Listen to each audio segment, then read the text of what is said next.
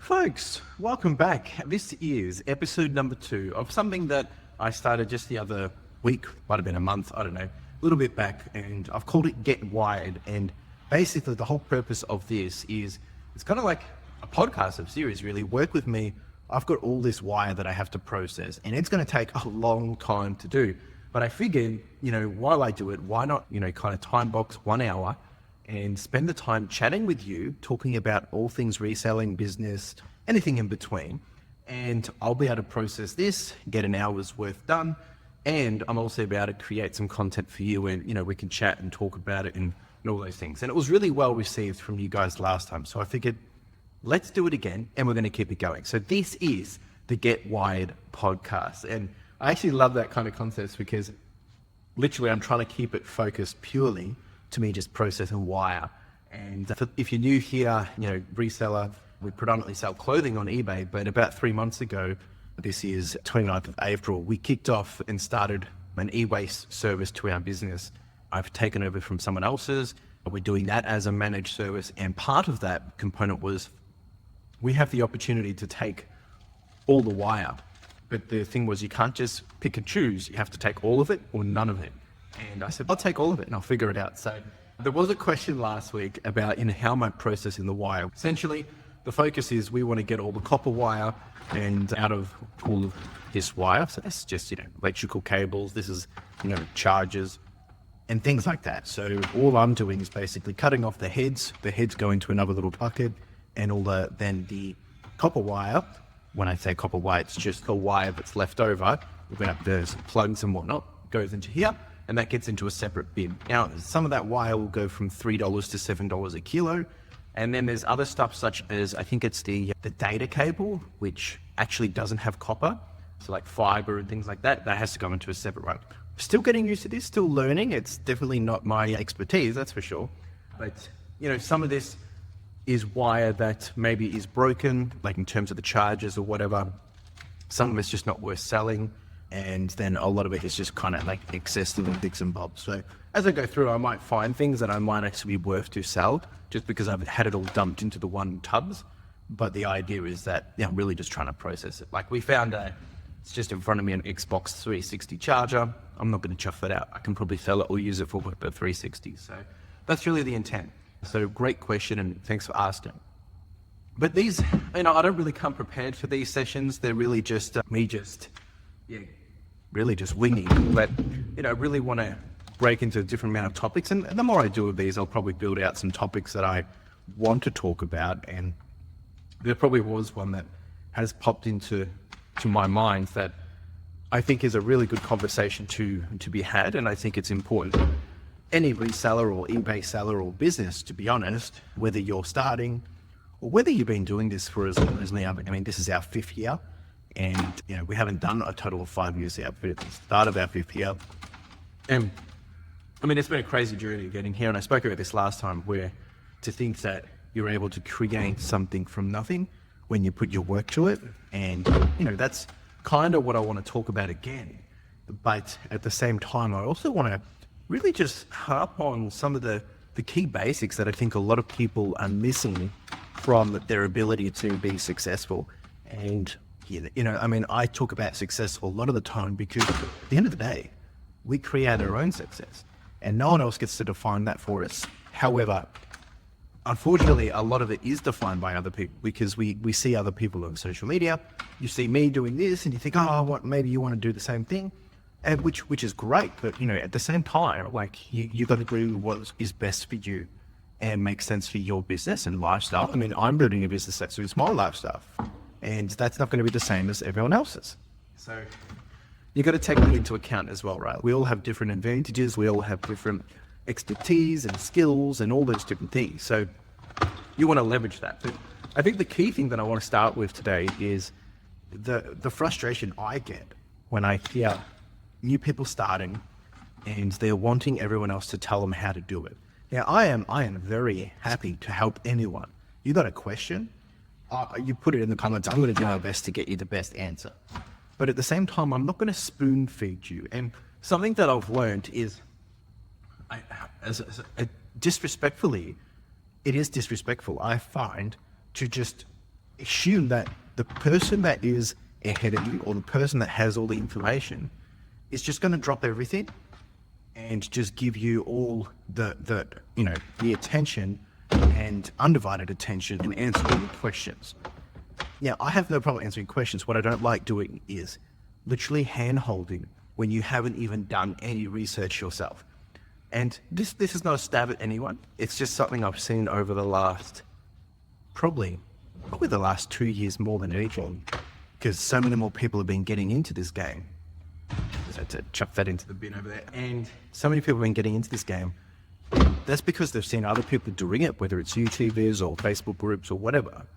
And all of a sudden, they think they're going to be able to jump in and make all this money, but they have no idea how to do things. And the key example of this that really gets on my nerve is people that are selling on eBay. And this might be you, so I'm calling you out. And you haven't done the basic research of what eBay has to offer in terms of what can you do and their policies. eBay has spent a lot of time putting in guidelines, procedures, policies, things in place to help you be successful.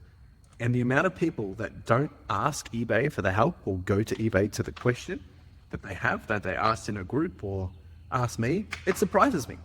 And the reason why I think it's really important that you can be self-sufficient or self-sustaining in terms of, figuring out how to get this information without relying on other people is if you're building a business that's relying on someone else telling you how to do your business, it's going to be very hard to succeed. And there's a difference between getting support and help and maybe some advice, mentoring, all those things. But if you're just going to not go out and actually spend 5 minutes even just seeing if it's even possible to get this information from anyone else, like from eBay or here's a process guide and all those things, then it's going to be very hard for you to get past the many, many problems, the many, many hurdles, the many, many issues you're going to face as you embark on this journey to be a business or reseller or eBay seller or whatever you're doing. It just surprises me. Now, fair enough. I know what I know now because I've been doing it longer. So that comes with experience. And I would encourage you, if you want to be successful, is learn how to figure things out without relying on, other people. And it's not about you having to prove that you're capable of doing it. It's actually more so it just makes more sense to be able to actually see that. How do I figure this out? It's like when I started with the clothing, the amount of people that have told me that it's not realistic. You can't make a business selling clothing. I mean, here we are. I mean, sure, I'm doing other stuff now too. But the amount of people told me that I couldn't do that. And I'm like, I have to be able to do that. I mean, it's not rocket science. Like, we're not solving world hunger. And how hard can it be? And then, we got our first obstacle was like, you have to wash everything. And then that costs more money. That puts the washing probably adds, I think when I've purchased the clothing, it probably adds like 10 to 20% on top of my cost of good. So if I'm buying something for $10, after I've done the washing, it's now probably $2. Right, so that's a huge uplift to my cost of good. And it impacts my margin over a lot amount of items. So that was a big challenge. And then, obviously getting storage units and then renting from different places, like a warehouse, obviously it's quite expensive, all these different things, right? And what I'm trying to say is it all seems, very hard. And what I've realized is the people that tell you you can't do it, it's usually because they themselves haven't been able to figure out how to do it.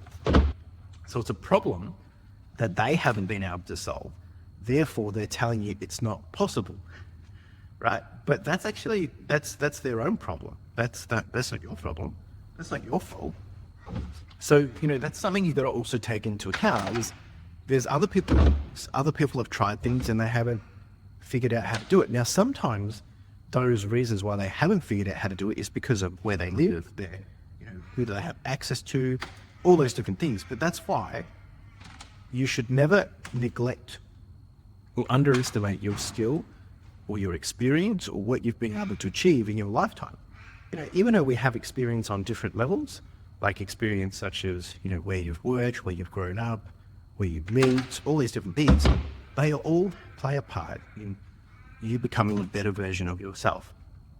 But also, it's why you can jump into a market and be very, very successful, because you bring something new into the market that probably does not already exist. And I think a lot of us, we get overwhelmed when, especially coming into, again, cliche, eBay, reselling. We see how so many other people are doing it, and we expect that, I can't do that because he's already doing that. Or Chris is, selling clothing already, so I won't be able to do it. Well, that's not true. You can sell clothing. Clothing is such a big market. Yeah, it's saturated, but there's so much opportunity. There's so many things to learn. There's so many people not selling other people. Like, we weren't doing women's clothing a year ago. Now we're starting to. Right? And just because there's only women's sellers out there, does that mean I'm not going to start selling women's clothing? No. Because I might get something that someone else doesn't have. Therefore, they're going to come shop with me. It just, there's so many things around that, which I think we create more excuses for ourselves than we really need to before we've even started. Have you actually tried this? And that kind of thing. So, that's something that I've found very, very evident especially in the Australian market of reselling. The US market is very different. The US market is, obviously, we have here in Australia a lot less consumers. We have 30 million people, and there's probably only, 20 million of those buying? Probably not even that. So half of that maybe. So it's not like we have a huge society buying compared to other markets, but it's, again, things will be a little bit different here, so maybe we don't have as much consumption, but that's not actually true. From a clothing perspective, I think we're one of the biggest consumers of clothing in the world, in terms of we buy so much more clothing per person than we actually need, which is surprising because, why? The density of clothing ratios for people is just insane. But, that's interesting. That tells me clearly people are happy to buy clothing, right? So, but, I'm not here to tell you to start selling clothing. I'm here to tell you is that if you want to, coming on last time's episode, was we were talking about, you've just got to start and figure these things out. If you're not willing to start, how are you going to find out what works? I had a question come through, and I'll be answering it in one of my other videos, but I can't remember who it was from, but they were talking about, does it make sense to add something else to my store? Like another category. They currently sell, I think they're selling clothing, and they want to add something else to the store. And I think maybe I should add, they were saying maybe I should add books or media or something like that, right? And look, I'm all for it. I mean, here I am trying to grow new revenue streams into the business as well. You want to continue to do that, but you've really got to have an understanding of, okay, one, is this going to get me closer to where I want to be? And am I able to build a process around it? Is it going to be easy enough to do? What are the nuances in it? What are the struggles? What are the problems? Am I even excited to do it? I mean, why are you adding more work if something's already working?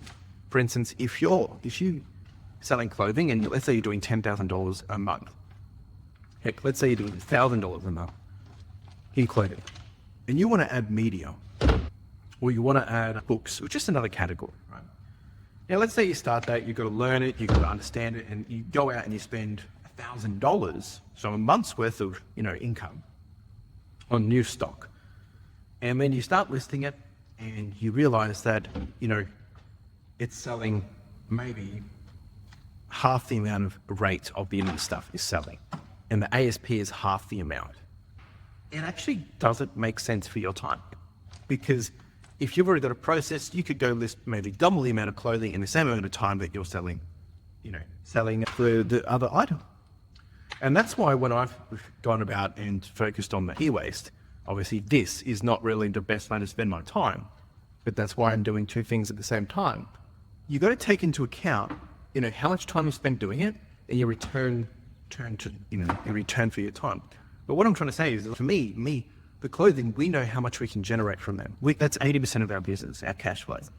And I wanted to add something else that's going to uplift the down days when the clothing is down. I don't want to be selling DVDs at $5 on the days that I'm not selling my clothing for $46. I need to be finding something that's either going to replace that or be more. And our ASP for the e-waste business is about $67, which is a nice little uplift on average, that is. So that's really rewarding, because when you have really bad clothing days and the e-waste is doing better, you're going to be earning actually more money, but it's just not all the time. And, because I'm relying on it coming in, I've got to find it and source it and things like that. But in the longer run, it should continue to be, very consistent and bring in, hopefully, potentially one day more money than the clothing as well, or match the clothing. And these are the things I think people forget to think about, because we get so hyped up as, there's someone else selling DVDs for this much and they're making a fair bit of money. Sure. I mean, I've taken on the media as well, that's part of the e-waste business. But, we're not making much money from the media at all. We haven't even sold any of the media. But we're going to be wholesale in this media, because it's not worth my time. So I'm just hoarding it until we get enough, and then I'll sell it all. I mean, we have the space to be able to do it. And again, for the e-waste, this is a component of the e-waste business that has to happen. So if I wanted to do it, I have to figure out how was I going to incorporate this. And that's why I've done it this way. Time blocking, taking out an hour, doing this, doing a video, and just getting it done, because it's best use of my time, because I'm doing something passively as well. I get to chat to you guys, build out the YouTube content, and I'm getting this done. But I'm not going to sit here all day and do this. It just doesn't make sense. Plus, we get a lot of wire come through, but it's not really in the way. Like, for instance, if I had so much wire that I couldn't move, then I'm going to have to go through it. I don't have a choice. So, that's the other things to consider. So, if you're thinking of adding a new category to your business, you've got to understand, how does this category fit into that, the ecosystem that you're in? Can you source it consistently? Is it going to cost you more money? Can you have a solid process for it? How much effort is it going to take? All those different things. Those things are going to be key. And then you want to think about the sell-through rate and the ASP that it brings in. Because you're going to be spending a lot of time doing it. Especially if it's new, you're going to be learning it, you don't know how to do it, all those different things, right? And for me, I had to think about, I've got staff doing all of these things, and eventually I'll have staff doing this. Once we've got it all set up and we've got the flow of it, I'll pay someone else to distribute part of it, to do the e-waste, to sort it. What are we looking for in the e-waste? What's good, what's bad? I mean, I'm happy to keep doing this at the moment because I'm making content from it. And in fact, it's relaxing. You kind of sit down, time box, have a chat, and you get stuff done, right? That's what you want to do. And it's a work with me session. So you guys can sit here and do things as well. Maybe down the line, I'll do some live stream versions of this as well. But, I don't want to get too distracted because I do want to process this wire. So if I'm chatting, looking at questions and stuff, it's kind of a bit of a challenge. But I don't actually like talking and working like when I'm doing other things. It's a distraction and you make mistakes. But here, it's very hard to make mistakes because you just cut it wire. Obviously, you've got to make sure you don't cut your fingers or something, but yeah. So, I think that's something that has really, really kept me asking, why we will have a continuing moat in our business. And you've got to build moats in your business because there's so many people doing this. You've got to find what's your advantage. And as I said before, there's so many people getting into this. They're not just doing the hygienic tasks of figuring out what are policies, what are processes, how do you even get top-rated seller, right? Whether it's 1,000 sales or $1,000 of sales, I actually don't know. I honestly don't know. But, you want to get that as soon as possible. Get your ratings up. How are you sending the items? What are you doing? If you want to be successful, make sure you're doing the things that speak success. If you're not shipping out your items by the day they're due, you're setting yourself up to fail. You're creating it harder for you to succeed. You're creating it harder for you to be able to get the results you want. It's kind of like a checklist. If you want good results on eBay, you got it. This is all with the assumption that you're listing stuff that people want, of course.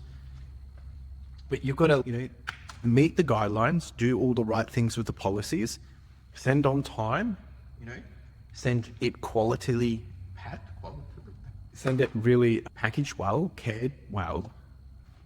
Don't overcharge for the postage. You want to think about what the customer experience is. You want to make sure that they're going to be, only thing they want to do is leave good feedback and help them make it easier for you to sell. Actually, surprisingly, one small thing that I think really ensures that you're going to get a better positive experience is when a customer receives an item, even before they open it. I received a package today. It's 2 jumpers and it came in this really, really, really, really tight, squished up bag. Now, to me, that makes me a little frustrated because it's kind of like, I can see that there was no care put into this. It hasn't come in any plastic sleeve or any protective sleeve. So if the satchel went through water, the items inside would have been pretty much disgusting. You could just say that it was a rush. It was just done to get it done. Now, I'm not saying that that's not good enough. There's plenty of successful businesses that just do the bare minimum and they succeed really well. But when it comes to leaving feedback, if you're a customer and you get something and you think you receive it before you even open a call, wow, it's in a box. Then you open up the box and it's, oh, there's a package. Oh, wow. Oh, there's a nice little thank you in here. Oh, this is really good. You're already feeling positive about the experience and you haven't even got the item. The importance of that is then when you check the item and you look at it, you're going to be happy, right? But if you find something wrong with it, naturally you're going to be like, oh, that's a pain. But you're already in a higher state of happiness. So you're not necessarily dropping down from just being normal to then being annoyed. You're actually dropping down from being extra happy to now to normal. So you're actually at this state in your headspace where you're like, it's not too bad. Like, you justify it. You buy with emotion and justify it with logic.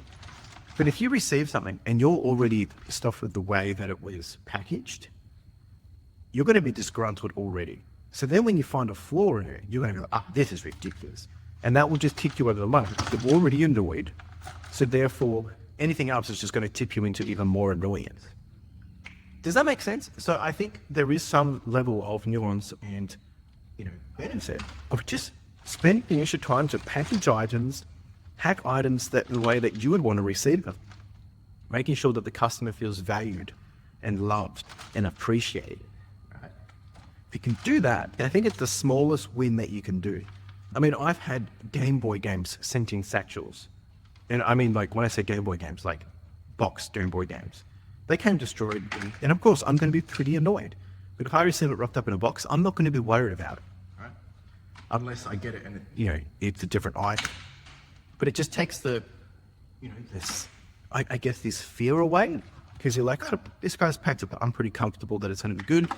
But when you do it with even a higher level of, attention, those customers are going to be blown away. So definitely a hot tip that I think a lot of us neglect. It's very easy to just get so focused on rushing to get the postage out when really you don't have to.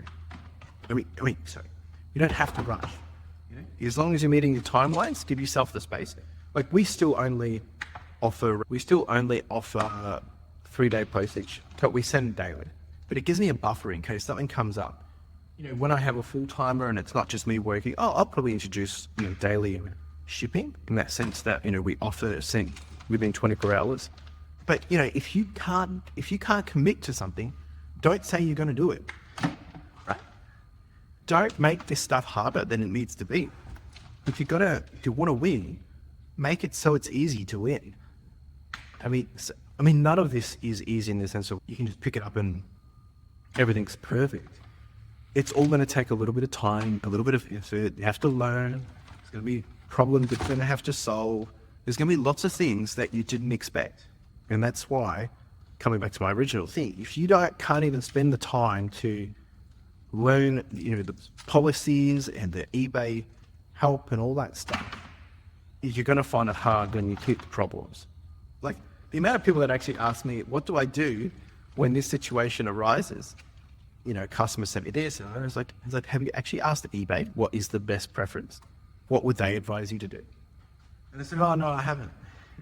And the reason why I encourage people to ask eBay is because eBay isn't going to be biased. Right? eBay wants you to sell an item, and they want to remember, eBay has 2 customers, the seller and the buyer. So they're going to want you to be satisfied, and they're going to want the customer to be satisfied. So unless you're doing something that is, complete dodgy, they're going to do everything in their power to resolve it that it's fair for both parties. Right?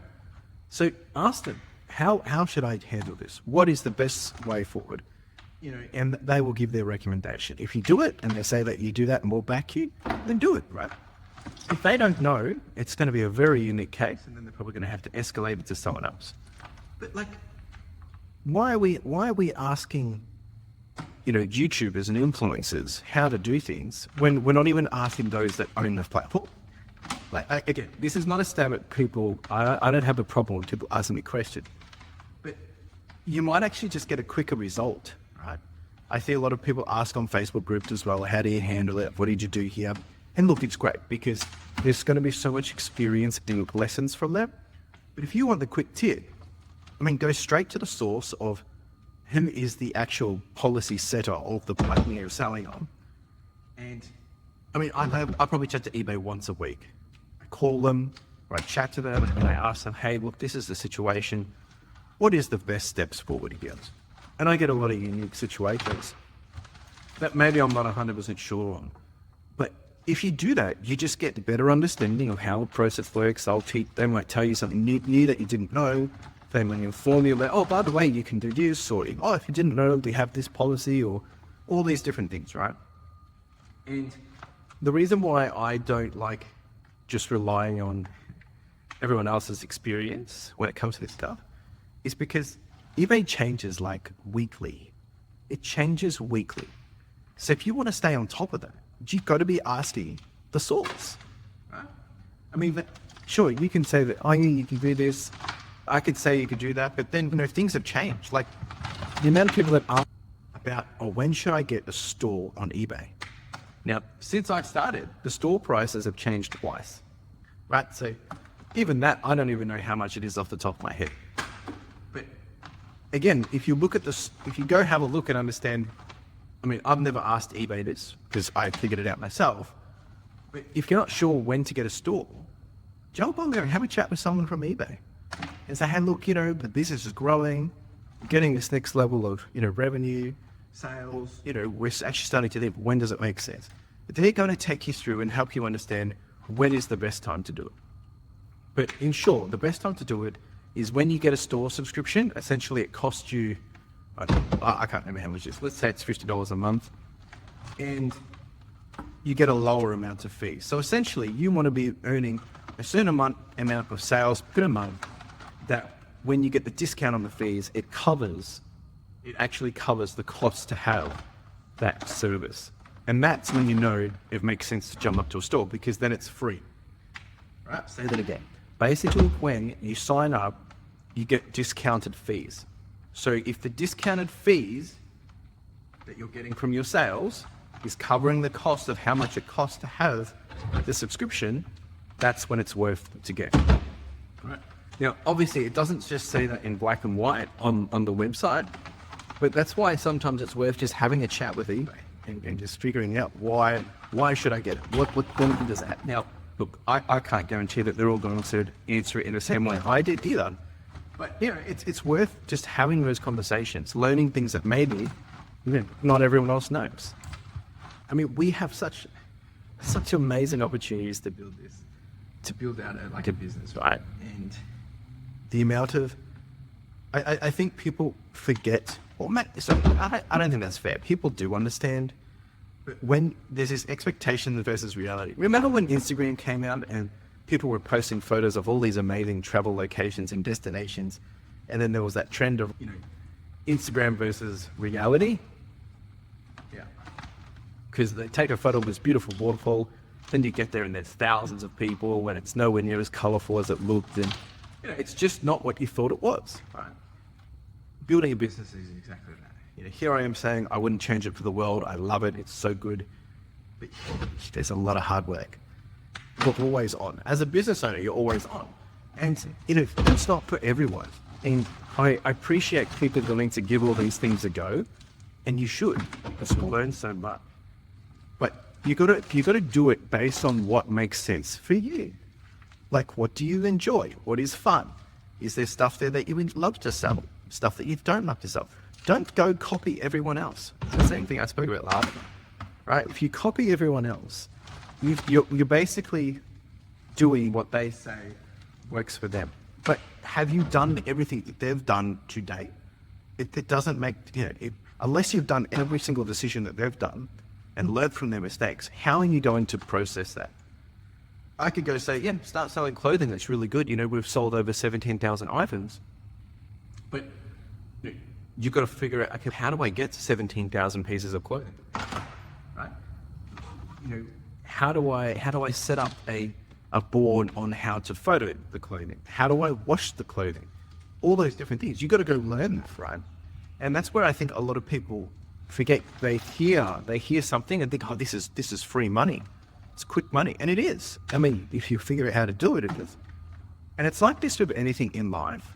We realize, we look at something, it looks like the grass is greener on the other side. You go do it and realize it ain't all sunshine and rainbows. And my encouragement is, I spoke about this a couple of weeks ago as well, about growing slow. If you really want to build out an eBay hustle or a side business or anything that you're doing, actually, it can be related to anything. And you just got to be willing to just take your time with it. So sure, I want to grow as quickly as possible, but I'm also happy to do that if it's going to take 10 years. If that makes sense, sure, go, let's do it. If I've got the opportunity to grow, I'll take it. But otherwise, I've just got to keep sitting down and just, chugging away, getting the work done. And if it means to get to where I want to be and it's going to take me longer to get there, then sure. But, as opportunities come, there are opportunities to help you grow. So why not take them if they're going to get you closer to where you want to be? Right? I mean, and some of that can be, is it the right timing and all those different things? But we all have different tolerances to risk. We all have different understandings of what we're comfortable doing, what we're not comfortable doing. And that's why it's important you do it at your own pace. You do it in a way that you enjoy it. Because if you're doing it in a way that is built from someone else's understanding or their own pace and all that stuff, it's never really yours in the first place. So just remember that. When you hear advice from other people, and look, it could be the same advice I'm giving you right now. Understand, does it apply to your situation? Does it apply to your circumstance? Is it going to fit your idea of what you want? Because it's not as simple as do this, get that, because not everyone has the same flexibility, the same lifestyle, the same opportunities. I was able to leave my job. I took a risk to do that, but I knew that I had a backing of savings. I had my house. I had 2 houses of rentals. I had shares, stock market, portfolio, and I knew that if things didn't go to plan, I got a backup. I could always get another job as well. And that's why I've been really bullish, because now that I've come this far, it's like, I'm not going to stop now. We've come so far. So it's, you got to take those things into consideration. And I'm not trying to hide anything from anyone. My situation and circumstance was different to anyone else's. But for me, it was just, if I don't do it now, I'm never going to do it. Right? And you got to weigh up all those risks, all those things. I mean, you can't plan for everything, but you can have an understanding of, if I don't earn any money doing my business for a year, can I pay my bills? All those kind of things. But anyway, enough on that. I mean, I think you just got to be willing to learn. That's something else when I hire people as well. It's, are they teachable? And as a business owner, you have to be teachable. If you're not willing to learn, pivot, adjust, figure things out, it's going to be a bit of a struggle. But then you're able to find a model that works for you. And then it's just copy paste. You just continue to do the reps. You continue to do the same thing over and over and over again. And you get better results because you get a little bit better. But if the process is already working, of course, you're going to be able to double down on it. You're going to be able to get economies of scale of economics, whatever you call it. Like here at the warehouse, we've got a fixed cost, right? Now we do, because we're set up. And the more we can do with that space for the same amount of time that we have, anything that we can add on top of it that's passive gives us a better outcome, meaning revenue and profit. But because all of a sudden, we're able to do more things, we're doing all this, we're able to have pallets arrive, all those different things, it gives us a higher output return for the same amount of work. And the same amount of work being, I'm not talking physical labor, I'm talking time. You know, I was spending the same amount of time at a storage unit when I was working at a storage unit to the same amount of time that I'm spending here now. But we're able to do different things that give us a better result, whether it's higher return, higher value, and we have more things going. Have the space to be able to do these things. So I think that's what people forget. Like at the start, go slow, figure it out, learn it. Then after time, you're going to increase all that. In what used to take you 10 minutes, now takes you half the time. You'll be surprised of how much you can grow when you do reps. I mean, that's what I think a lot of us forget. But if you zoom out and have a look, you'll see what you've been able to achieve over a long period of time. Right, so a lot of this cable is just really tangled up, so it's quite annoying actually. It's very difficult to get out, but it's all right. But you know, I would love to hear from you guys. I mean, this is all my opinion, of course, my thoughts. I mean, you can take it with a grain of salt, you can agree with it, you can whatever. But I think from me doing my business, and it is my business, right? I mean, that's why I talk saying, yeah, it's my business. I don't have everything figured out, but I've made it this far so I can talk based on my business. You know, there's a lot of things that have been working really, really well. There's a lot of things that need to be so much better as well. And, you know, I look at inspiration from other corporations and other businesses, and I think, wow, they've got it all figured out, and it just looks so much better, or all these kind of things. But when you actually pull things apart, it's not all that you think it is, right? So give yourself some credit, you know, for where you are. You've done $100 on eBay, $1,000 on eBay, $100,000 on eBay. Heck, it's probably people watching this that have done $1 million on eBay, right? And there's always going to be someone behind you and always going to be someone ahead of you.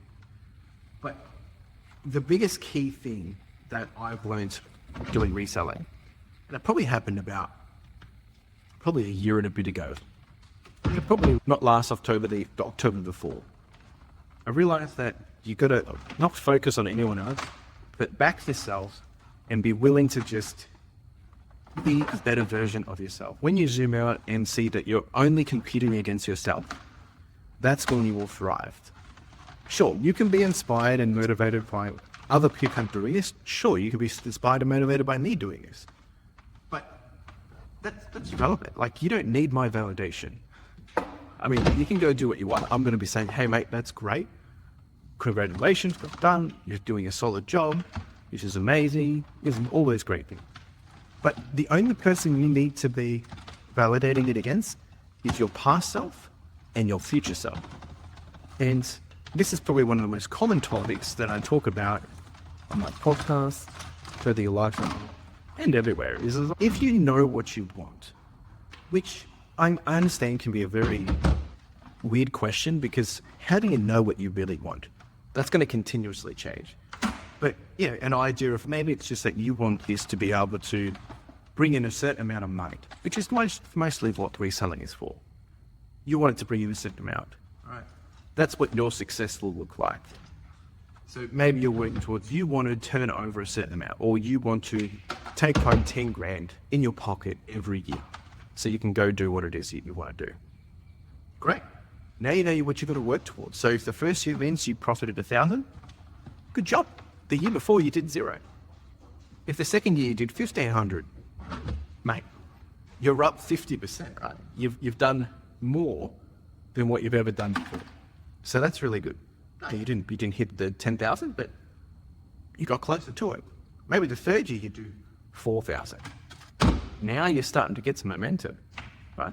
The fifth year you do more, and by the 10th year, you can safe to say that every year going forward that you know that you will do $10,000 profit. I mean, that's not a bad thing. Yeah, maybe it took you 10 years to get there, but if you hadn't started, you would have nothing, right? And this is where I think it gets very interesting when I'm very, very transparent with all my numbers. I share my highs and my lows, you know, the months where we've had negative $11,000 and the months where we've had positive $9,000, right? And I'm looking at it from a long-term perspective.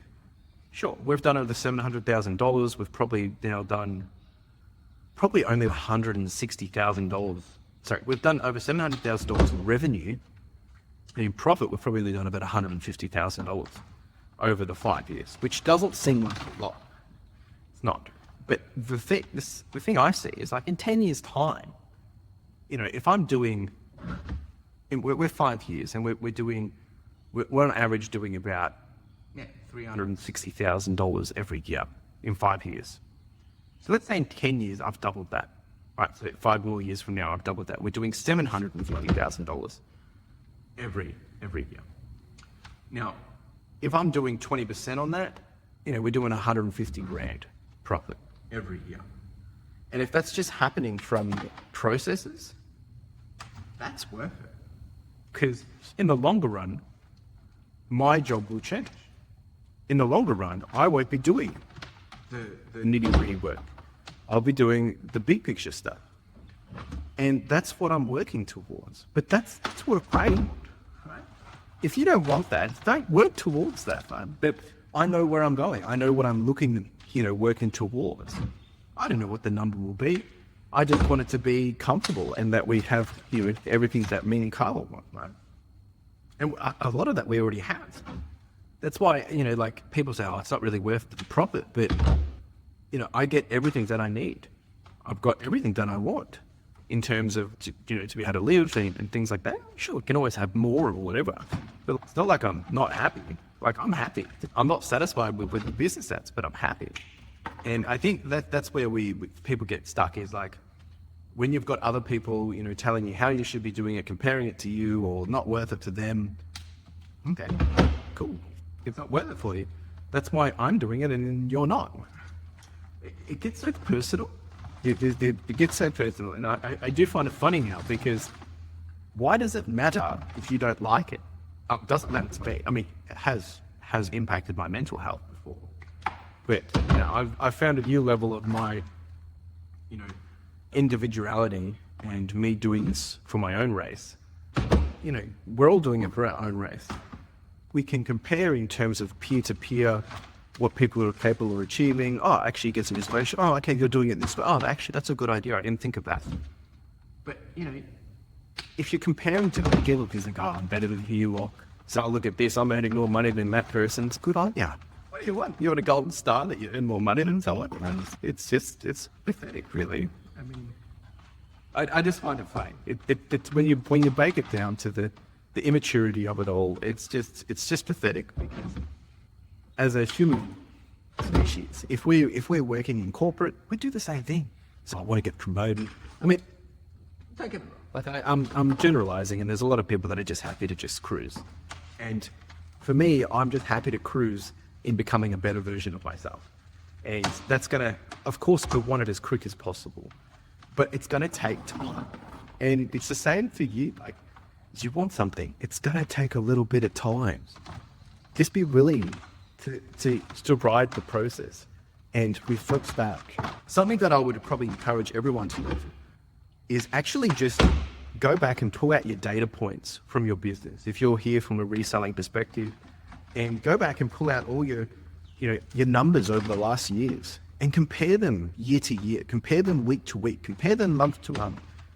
I've done that over the last 5 years. If I remember, I'll chuck it in the video, but I probably won't because I've spent too much time editing this. But essentially, I've got this graph which shows what I did year 1, what I did year 2, year 3 kind of thing. And that has been an absolute game changer. I've actually called the report when in doubt. And the days and the weeks when things don't seem good and they're not working out, or what have I done, or you had a bad sales day, I pull that up and I have a look and I think, gee, we're up 60% from last year, or we're up 300% since the first year. You realize that it ain't all too bad. You know what I mean? And I think by doing it, and you start to just run your own race, compete against yourself, you will thrive so much more because, one, you're not worried about what everyone else thinks. There's always going to be haters. And some really good advice that I got from someone else was like, if people are hating on you or picking at you or don't like what you're doing, it probably means you're doing something really good, because they're jealous or they're frustrated or, they're nitpicking. And it's great. I don't know where I'll be 5 years. I have ideas of where I want to be, but I don't know how it's going to play out. But I'm excited to see it, right? And hopefully I'm still doing all these videos for everyone and documenting that journey, because I want people to know that when you take a bet on yourself and you back yourself, you can achieve such greatness. And again, greatness being subjective to your own whatever you want it to be. The greatness isn't what society defines. The greatness is what you define to being great. And for me, like, the amount of benefits we've received from having the business, the opportunities, the people I've met, just traveling, like even running the business through my Amex, we've unlocked free flights, we've unlocked all these different travel experiences, which hasn't cost us a thing, simply because, they haven't cost me anything, they've cost the business. Obviously I have to pay fees and it comes out of this. The points, as a sole trader, I've been able to have benefits for, right? And that's been really beneficial for Carla and I, as we've traveled, and we'll be traveling again very soon. Actually, this might even come out while I'm away. But, that was all paid for. The travel, not all the accommodation, some of that we had to pay for, but, there'll come a time where we won't have to pay for the accommodation either, because the points will be able to, pay for that from the points as well, the accommodation. And I was chatting to one of my business mentors, and they were saying when they do their travel, they go every quarter or twice a year. Their flights, their accommodation for 2 weeks is all paid for, simply by just having the business and paying with Amex. Now, I'm not here to say go get an Amex, because it can be a little bit dangerous. But those opportunities are things, that's money that I don't have it in my pocket, but it's like I've been able to spend it, and we've had the benefit of being able to travel or get those things. My van, I use the van to travel to work, and it's literally 95% used for work, very small amount for personal. But, it's just something else I didn't have to pay for out of my own money. The business pays for it. It just covers it. And we've got a vehicle and it gets the job done. And then for 10% that I do have to pay for, that comes out of tax time and worse things. And it's just there's so many rewards, right? There's so many things that I don't think people realize that you can benefit from, but that's not for everyone. Don't do business just because you're going to get points from, credit card or something. But what I'm saying is like, there's a lot of fulfilling and exciting and rewarding things that maybe you don't necessarily know. And for everyone, it's going to be a little different of what you get out of building a business. Is it the satisfaction of being able to solve problems for other people? Is it the satisfaction of being able to help other people? Is it the ability to be able to have your own thing, if it's like a kid or like a grandchild? You're building a legacy, like the fulfillment of all this stuff is going to be different for everyone. And the purpose it creates, and the sense of pride it gives you. I'm very proud of all of this, and it's exciting to think that this is what anyone can be capable of doing, because I'm no one special, and we can all do this. I think what scares a lot of people is just, I can't do that, it's too late, or I don't have time for that, or it's like, how did you do it?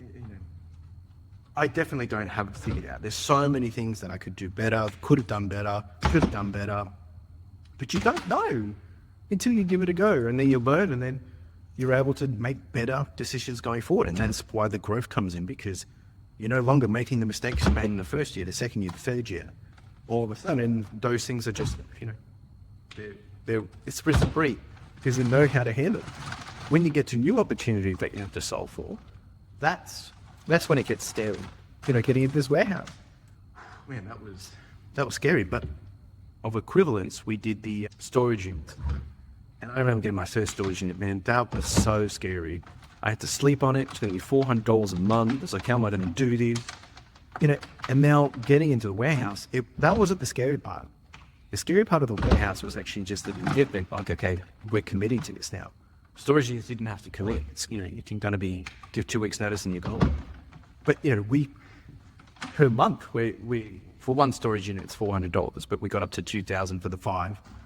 But, for the first 1 month here is, $2,900. That's a GS thing.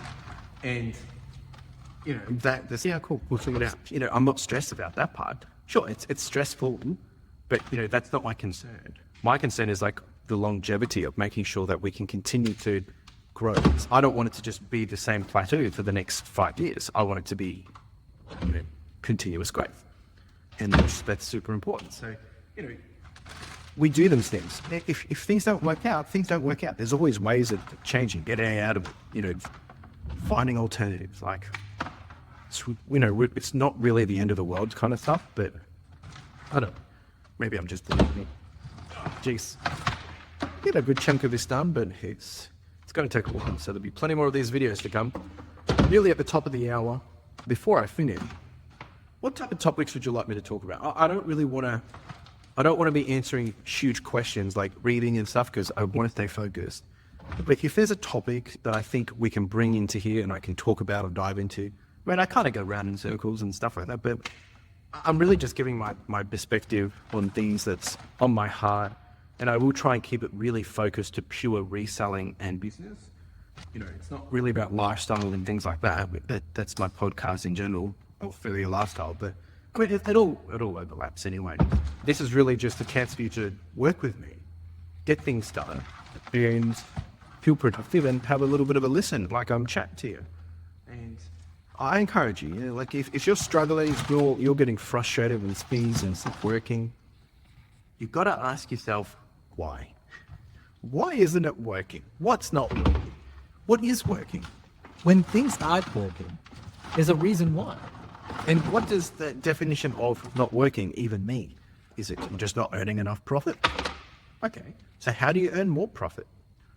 Maybe the next topic should be problem solving. For me, problem solving is it's just looking at things logically and with some critical thinking and just really starting to break it down to simple understanding of like what's really going on here. Opposed to just it's not working, we're not getting the results that I thought we'd get. It's just not worth it. Let's give up. But a lot of the time, we have the answers to solve our problems. We have the ability to solve our problems. We're just not willing to spend the time and figure it out. Something I've spoken about before is that Carla and I, we go out every quarter. We kind of do a reset. And then we also on a regular basis do these things called blue sky thinking, where we just kind of take a problem that we're dealing with, whether it's life, business, career, whatever, sit down and we chat about it. We break into it. We try and solve for it. Okay, how are we going to do this? Or what do we need to be here? You just work through it. When you work through problems, you get solutions. Now, solutions might not be what you want to hear, but they are solutions. And a lot of the time, the best solution is the hard solution. There's no shortcuts with this stuff. The best solution is likely the hardest solution because you're going to go through it. You're going to have to be uncomfortable, but then you come out and you're like, it wasn't too bad. And then you're ready to do it again. So like, just, next time you have a problem and you're not getting the results you want, just, zoom out for a second and just think, okay, what is working? What's not working? What can I do about it? Do I need to slow down? Do I need to pull back? Do I need to change my model? We went from selling books and media to doing clothing, and we've been the #1 button shirt seller for men's and active shorts. We've done it 2 times now. I don't think we are at the moment. But, we started from zero understanding with clothing. I didn't have an understanding. My workers didn't have an understanding. But we figured it out. I had to change because it wasn't feasible keep doing the way I was doing my business. So I had to pivot. And we'll probably have to pivot again. Like that's the responsibility and the requirement you have to follow if you want to make it. And this is not even on eBay or reselling. I'm just talking about any business that you do. There's going to be changes. Even if you work at a school, if you work at a gym, if you work in corporate, same thing. There's going to be changes. Maybe your job changes. Maybe your title changes. Maybe you have a new expectation. All these different things. Like these changes don't come. And then it's how do you adapt to it? How do you change with it? How do you go with it? That's all it is. I do apologize if I say this and it makes it sound condescending or it's really easy. It's not easy, but the way to go about it is easy. Let's just figure it out. That part is hard. You have to be willing to spend the time to figure it out. But that's the easy answer of, Okay, it's not working. Okay, so we have to figure out how to make it work. Like that part's the easy part. Once you decide on that and be willing to do that, then you can move to the next step. Okay, so how do we do this? Solve for it. It's going to make you uncomfortable. It's going to make you, all these different things. But once you figure that out, okay, we move forward, we progress it, we iterate, we come back, we try again, okay, it didn't work, we'll try something else now. That's all it is. If you want to give up, give up. Once you give up, that's it, right? And I'm in this not to give up. I'm in this to continuously learn, continuously grow, and figure out how to be the best version of myself in the business, which will hopefully create, the best version of the business as well. Whether that's the best business ever built, probably not, because there's always going to be someone ahead of you. But it's nice to have the idea that, you can achieve all those dreams and goals that you want. You can achieve all those things that you want to see possible. It's just going to take time and a lot of problem solving. But you've got to be teachable. You've got to be willing to learn. You've got to be willing to ask questions and get help the right way. Don't make it hard for yourself. It's really, I don't know, I'm just repeating myself, but look, I'm going to wrap it up here. This is the end of the Work With Me session. We've been going at it for an hour now. If you enjoyed this, please let me know in the comments. Well, if you've got questions, got ideas, I'm more than happy to bring that into more videos, but I said I'm going to try and keep this really focused to just getting stuff done around the wire or e-waste in that sense. So yeah, if you enjoyed this, do let me know in the comments, give me your feedback. I appreciate you hanging out with me, and I'll make some more of these. We'll be having these on a regular basis so that you can get work done too, and I can get work done too. So appreciate you, and I'll see you on the flip side.